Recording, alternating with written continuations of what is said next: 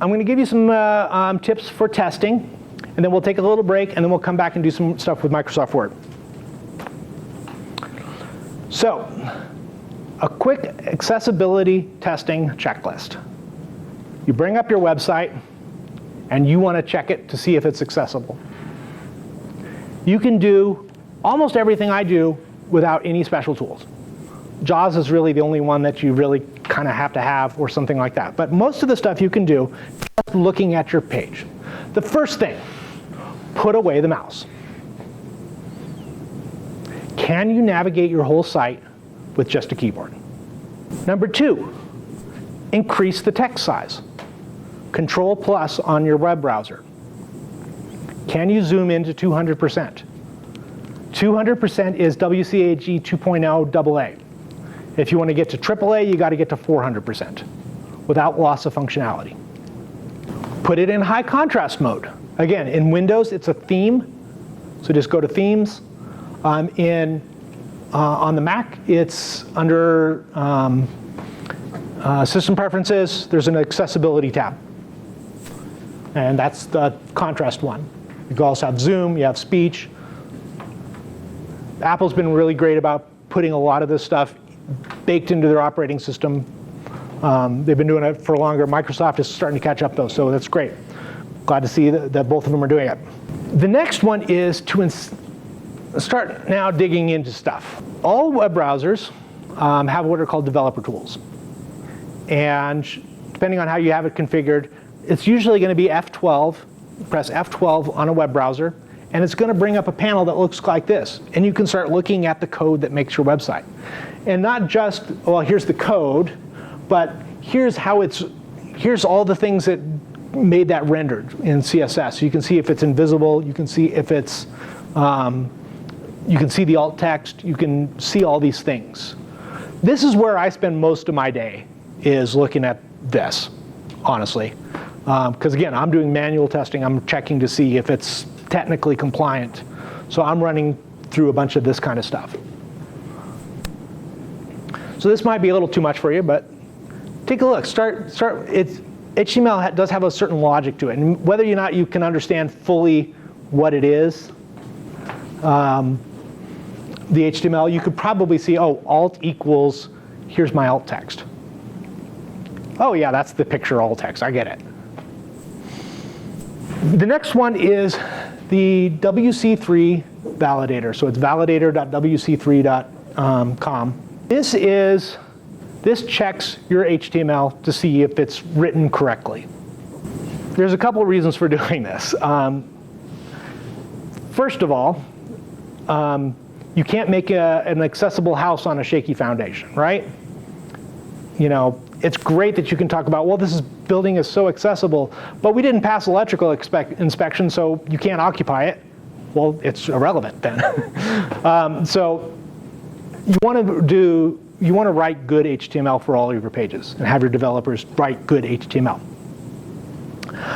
There's reasons for that in addition to accessibility. Again, search engine optimization. I keep coming back to Google, but Google ranks your page. If it's got thousands of errors on it, it's either going to lower your ranking or it's not going to be able to read your page and not index it correctly. Because if Googlebot will hit a point where it's like, okay, I give up. And I'm not going to bother with your site anymore. The other one, though, is what's called cross-browser compatibility. This isn't as big a deal as it used to be back in the Netscape wars, the browser war days. Anyone here old enough to remember those? Just me. Back when Netscape and Internet Explorer were fighting for which one was going to be the dominant browser, they were doing things differently. So if you ever bring up a website and it looks one way in Chrome and it looks different in Safari, the first question I'm going to ask you is, well, does it validate?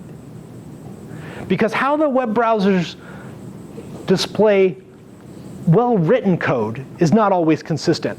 But broken code, all bets are off. So anything that is broken. So run it through the validator. Accessibility scanners, site improve. There's other tools out there. This is called Andy.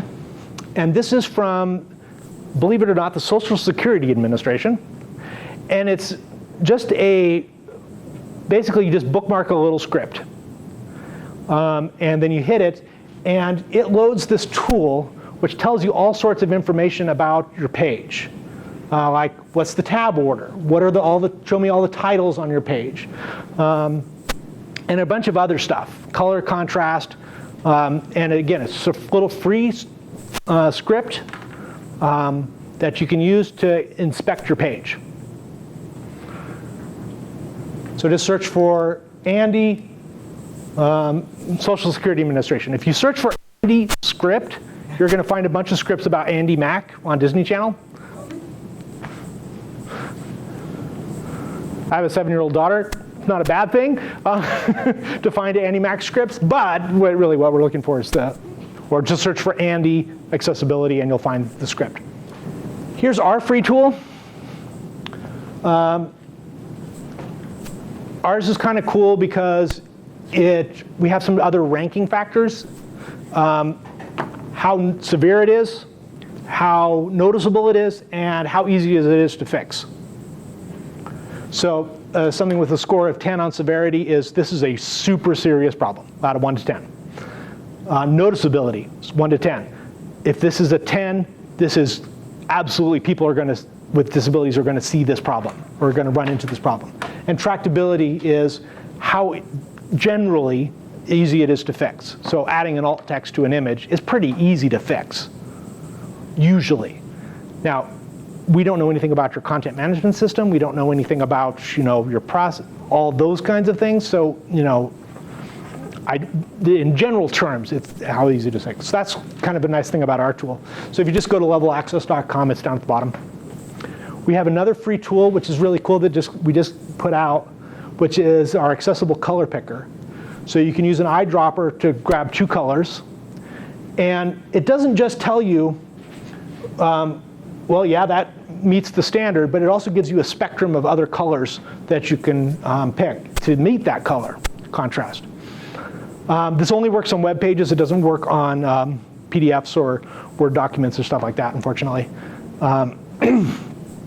Because often, so this blue here is not compliant, but this one here is. It's a subtle difference, all right? This is probably still going to meet your brand guidelines. It's close enough, but now it's accessible. So you can still do these things with color, just got to make it a little tweak here, just to make it a little darker to meet that compliance score. Now, if it's something that was 4.28 to 1 instead of 4.5 to 1, is that going to really cause anybody any accessibility issues? I don't know. It might, though. There's other tools out there for doing accessibility. Just search for go to the Chrome store. I've got about 20 or 30 different little browser extensions installed in my version of Firefox that I use for testing. Just go to the extensions and search for accessibility. You'll find color pickers, you'll find scanners, you'll find all sorts of different things in there. There's other tools, though, in there, too, and I'm going to just mention them. So this is from something called the Web Developer Toolbar. And it's just a tool for web developers, but it's useful for everybody because it allows you to do things like show me all the alt text on this page. And it just then shows all of the alt text of the page, like that. It just puts it right next to the image. So you can just say, okay, show me all the alt text.